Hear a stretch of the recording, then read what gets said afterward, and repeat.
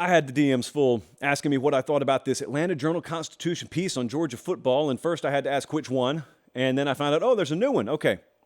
So it's a funny thing that happens. I'll tell you this to start off with. When you work in our business, a funny thing happens. You see a lot.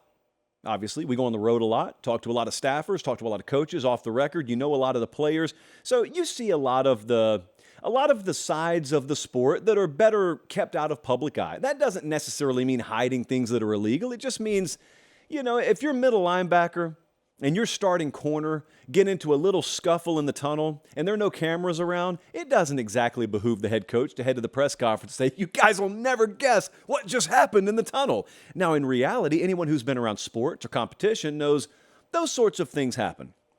Well, then there are other more serious things that happen a lot of times behind the scenes at various college football programs, and sometimes we're aware of them, and sometimes you know about them, and sometimes you don't. And therefore, there's always this public interest in what isn't seen. I do that on this show to our benefit. You've never seen Jesse and Colin. That's called theater of the imagination. And it works because you really wonder, what do they look like? Well, in college athletics, it's kind of the same way. You wonder, my rival school landed that recruit. I wonder I bet they did something underhanded to get him. That coach over there, boy, his kids look like model citizens. I bet behind the scenes there's some really nasty stuff that goes on in that program. And if you're not careful, you'll get someone with what Meemaw would call a burr in their saddle who covers your program, who preys on that sort of thing. But what happens in our line of work sometimes, and I am privy to it, is I find out how many people talk about things they really know nothing about. You experience this if you're in insurance sales, if you're a bus driver, because this happens in every walk of life, believe it or not. It also happens in college athletics. It happens in fandom. It happens in coaching. It happens in media. It happens in talking. Sometimes people accuse me of such things. How does this relate to Georgia football, though? Well, I'll tell you, but first let me illustrate something, and then I'll dive into this AJC report. So Twitter has a new feature that ironically reveals a whole lot about this Georgia AJC deal, almost like the biggest rivalry in the SEC now. Twitter has this new feature. It's a very interesting direction that Elon and company are taking the platform. You've always been able to post video there. But now when you post video on Twitter, I do it all the time, there are some pretty surface-based analytic results that you can get from it. And you know what one thing they have given me that's been like a tool above all tools has been? And that is the audience retention metric. I post a video on Twitter, 2 minutes long, let's say, and I can see which percentage of viewers finish the entire video, and it's always below 10%. Yet there are comments by the hundreds, which leads me to reasonably deduce people are talking about this even though they didn't watch the whole video. I appreciate the engagement. Now let's talk about the AJC and Georgia. So there are a lot of serious things, some terrible things that have happened in the Georgia football program since they won the national championship up there. You know my feelings on that, so I'm not here to make any light of that. But I had a lot of you hit me up and ask me what I thought about this latest piece from the AJC this week. I'm going to tell you what I have no problem with first off. I got no problem, and I have immense respect for investigative journalism when it's done the right way. Investigative journalism, when done the right way, number one, you can't see through it. And number two, you can't argue with it. You can be mad at it. You can hate what it says, but you can't argue with it because investigative journalism, when done right, just presents facts. And then it kind of lets you decide what you think about it. That's the beauty of investigative journalism. I wouldn't necessarily characterize what's happened between the AJC and Georgia lately as strict investigative journalism. There has been investigative journalism that's happened, but it's kind of had this weird cloak of editorialized nature around it. It's kind of like half investigating, half opinion. Very interesting. So for those of you who aren't aware of what's happening down there, you know Kirby Smart's been on a roll, Georgia's been on a roll. There was a headline this week. I'm going to read you the headline in a second. But you already know some of the negative headlines there. Georgia's had some trouble. Georgia's had some issues. And the thing about it is, when you slip up in one area, it makes you perceptionally vulnerable in every area. What I mean by that is they got a street racing problem there. That's no mystery. They've had it. There have been several headlines about it. I have not done a single segment on this show about it. because I have nothing to add. Just is what it is. There's really not much commentary I can give you. Also, it's not a street racing show. Here's two downsides. One, terrible stuff can happen, like we saw in January. The most tragic consequences imaginable can happen. And that's the most real world stuff. Anything else pales in comparison to that. You lose lives, really everything else is kind of distantly secondary, but secondary nonetheless. Here's the other thing that happens moving forward. Because you have been very, very shaky in one area, you sort of lose benefit of the doubt in other areas. And everyone knows that you've lost benefit of the doubt. And that's why when you open your laptop and you see this headline, Georgia football program rallies when players are accused of abusing women, you know what the public's mindset is immediately going to shift to.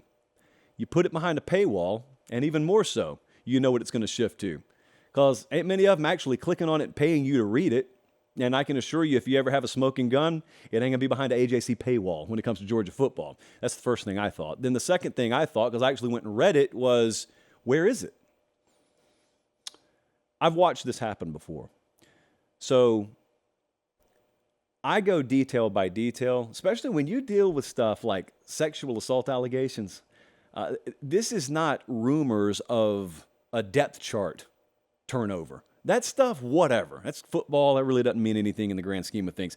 But when you're talking about sexual assault, when you follow it up and you click on that article and the first paragraph I see reads, in a single weekend, a 16-year-old University of Georgia football recruit broke curfew, drank with potential teammates in an Athens bar, and ended up in a police station under investigation for sexual assault. Georgia signed him anyway. When that's what you give me, I want more. Because you just accused the kid of something pretty serious, pretty heavy. I want more. Well, the AJC didn't give it to me. Now, I'll credit Jake Rowe, good friend of the program over at Dogs HQ, works for another company now. He actually did give me the rest of the story today. In fact, they didn't put it behind a paywall either. It's on their website for all to see. And I find myself reading that entire police report. And I find myself listening to, or in this case, reading transcripts from the accuser, transcripts from the player, who, by the way, is Jamal Jarrett with Georgia now. And I find myself looking at text message exchanges. And then I get to the end of it, and I watch the entire story just vaporize, and the allegation vaporize. And I ask myself, how many people actually dug this deep, including the folks who published that initial piece at the AJC? Or if they did dig that deep, and this gets even more nefarious, why was I not presented with this context? Rowe and the guys over at Dogs HQ, by the way, they didn't editorialize intentionally. They just put the facts out there. That's actually called investigative journalism, by the way, for those unfamiliar. They just put the facts out there, and they let me read them. And then I was able to decide what happened in this particular instance. This particular instance is bad. Also, nothing that's not going to happen on about 1,000 other official visits all across the country this fall. And there are no charges, all dismissed. That part's kind of it's kind of buried. You're not supposed to really pay attention to the sexual assault charges being dismissed. Let's paint a picture of a guy for the rest of his life. Especially, it's just collateral damage and achieving an overall agenda. So I read that and I say, okay, well, that's one down. But this AJC piece is talking about a whole lot more than just that. So then we get to Adam Anderson, and Adam Anderson is going to go on trial for rape eventually. I think later this year. I believe that's when that's going to happen. I'm not going to do the whole thing everyone else does to try and convince you I take sexual assault seriously. I'm just going to tell you I do. Probably let me run the justice system. We do more than just put you in jail if you're found guilty of that sort of thing. So there you go. I take it real seriously. I mockingly say that because it's a joke to have to watch people try and convince the public they take that stuff seriously. No one's pro-rape around here. As far as I can tell, no one in my social circle is. But what I'm also not is let's go burn a guy at the stake before we've actually done our due diligence. So that's what's going to happen when that goes to trial, and then we'll see what comes of that. But the AJC had a problem with, as they kind of put it, 8 Georgia football players showing up in court to defend Adam Anderson. Now, I read through the thing. Admittedly, I scanned through it, but what I took from that, is the folks who wrote that piece were trying to convince me that there really was not a second thought paid to the victim. There really was not a second thought paid to the allegation. It's just, we're going to go stand up for this dude at all costs. Facts be damned, allegations be damned. Really don't care, and will even make light of sexual assault. Well, then I do a little digging. And I found out it's not as it was presented at all, actually. What they did was they went and showed up at a bond hearing where they're trying to determine if you're a flight risk or not. And they were character witnesses that showed up, and that's really what's happened so far because the thing has not gone to trial. So I listen to that, and then I read that, and I decide, well, first off, what in the world's Kirby Smart going to do even if he doesn't like it? And secondly, what am I supposed to make of that? Because really, the allegation overarching here is that there are massive cultural issues at Georgia. There's a culture of not taking this stuff seriously. And so far, and that's exactly how I'm going to phrase my thoughts on this. So far, no one's brought me anything. No one's written anything that looks to me like that's a major issue there. Now, granted, I get a little bit more access to that program even than you do. And so I've seen a little bit more even than most of you have. There will be some people who just think I may be here carrying water for the university in exchange for that access. I can tell you that's not true. I can promise you that's not true. They know that's not true. But if you want to think that, you can think that. That's fine. Here's all I would ask you. I would ask you in return, if you disagree with my assessment on things, I want you to tell me how you think this should be handled. I want your opinion on the facts, actual facts, not the suggestive way that some have been presented, but all the context, all the facts in the room. Because what I got a lot of, and I went back and forth with some of you today on this privately, what I got a lot of was, well, I wouldn't let any of that fly around my program. What would you do? This goes back to what I started the segment with. I told you what I learn a lot through looking at some of our analytics is hardly anyone gets to the end of those videos we post. Hardly anyone. Yet a ton of folks comment on them. So what I did about 15 times today, I kid you not, I went 15 for 15 on this. I asked folks who were disagreeing with me on my assessment of Georgia versus the AJC, I said, hey, what was your biggest takeaway from that AJC article? And these are 15 folks, by the way, coming at me who in some form or fashion think that Kirby Smart needs to answer for this or that should happen to Kirby Smart. I said, what was your biggest takeaway? And they said, oh man, they're letting folks guilty of sexual assault off easy up there. I said, be specific. What is your biggest takeaway? And they beat around the bush about 3 or 4 more times because they knew what I had figured out about them. They hadn't read the AJC article because it's behind a paywall and most of my friends are cheap. They hadn't read the AJC article. They took away exactly what the folks who wrote that article wanted them to take away. And that was a headline, a screenshot, kind of a snippet, an idea, really. More so than facts, you were supposed to take an idea away from that. I'm not necessarily sure what's happening down there in my own home state, by the way, between the AJC and Georgia. It's an editorial death wish, but that's their business. I'm saying if the AJC brings facts and you look at them and they're irrefutable, indisputable, it is what it is. I'd probably be the first one to lead his show as demanding answers from the head coach at the University of Georgia. What they brought the other day, truthfully, guys, I wasn't even going to put on the show until you asked me to put it on here. What they brought the other day was a lot more frustrating to me than anything. And I'll tell you the other folks, their voices won't be heard, but I'll speak for them. The other folks who get extremely mad at this are people who have actually been involved in those kinds of allegations where it was real, and parents of recruits. You want to talk to folks who get hot about this. Talk to a mom of a prospective athlete that's either on the team right now at Georgia or is going to be on the team at Georgia. They're the ones who look around and say, hold on a second now. If my kid screws up, if my kid's guilty of certain things, he deserves to be punished. I would hate it as his parent, but he deserves to be punished. That's not what scares me because I think I raised him to know right from wrong. What scares me is, what if he gets himself into a similar situation as thousands of other people do every day in this country, and nothing illegal is necessarily done, maybe some poor decision making, but nothing illegal is done. And yet you got like an in-state media apparatus that sharpens their knives and comes at him, and they're really not coming at him. They're coming for the dude who leads the program for some reason. He's just kind of collateral damage. Is that where I want to send my kid? You talk to parents. I've had this experience this week. I've talked to a couple of mothers. That's their sentiment. Their sentiment is, what in the world are we walking into? We think that big capital G there, that may be the best program in the country. And based on what they control, I would agree with them at the moment, but they don't control everything.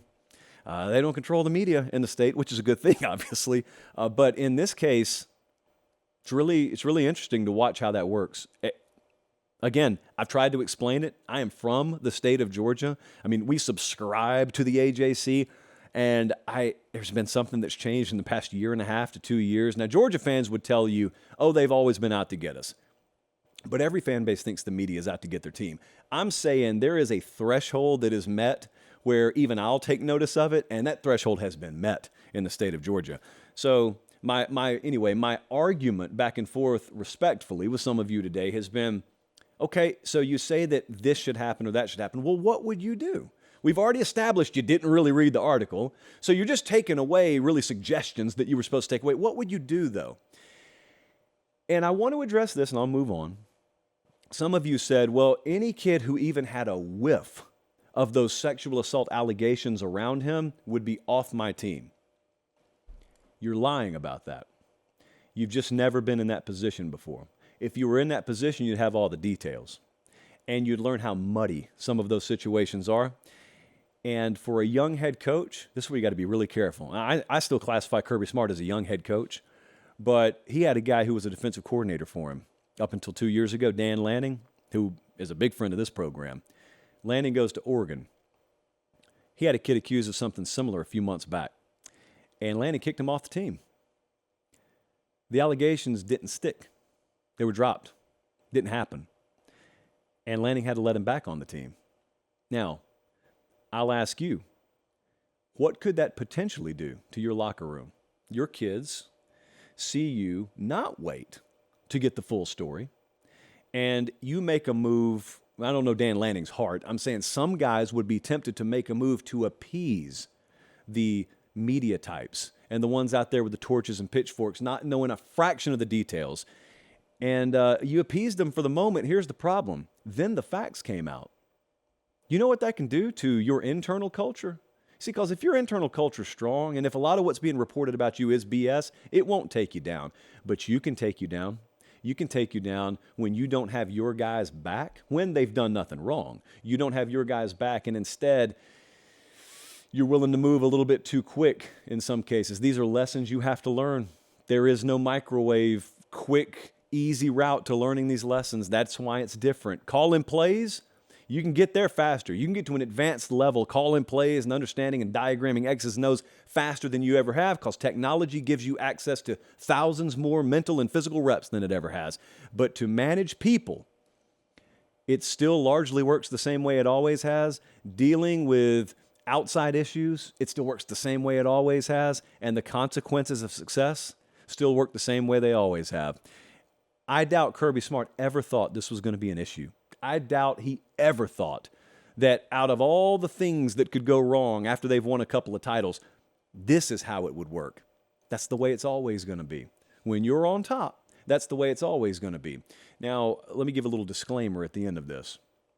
Because just as I said, a lot of people didn't actually read that AJC article.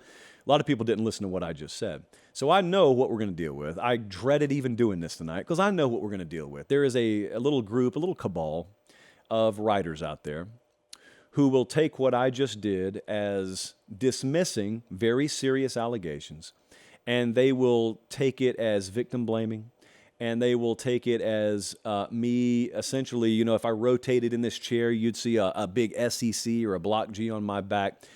I know that's going to happen. Nothing I can do about it.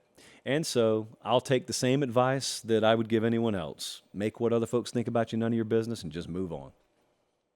And that's where we are. So again, I reserve the right. If they were to come out with a more explosive report tomorrow and all the I's are dotted and T's are crossed and it's indisputable, I'll sing the same chorus as the rest of you are right now. The difference is I don't think the sheet music says what you think it says at this point in time, according to the refrain I've been listening to.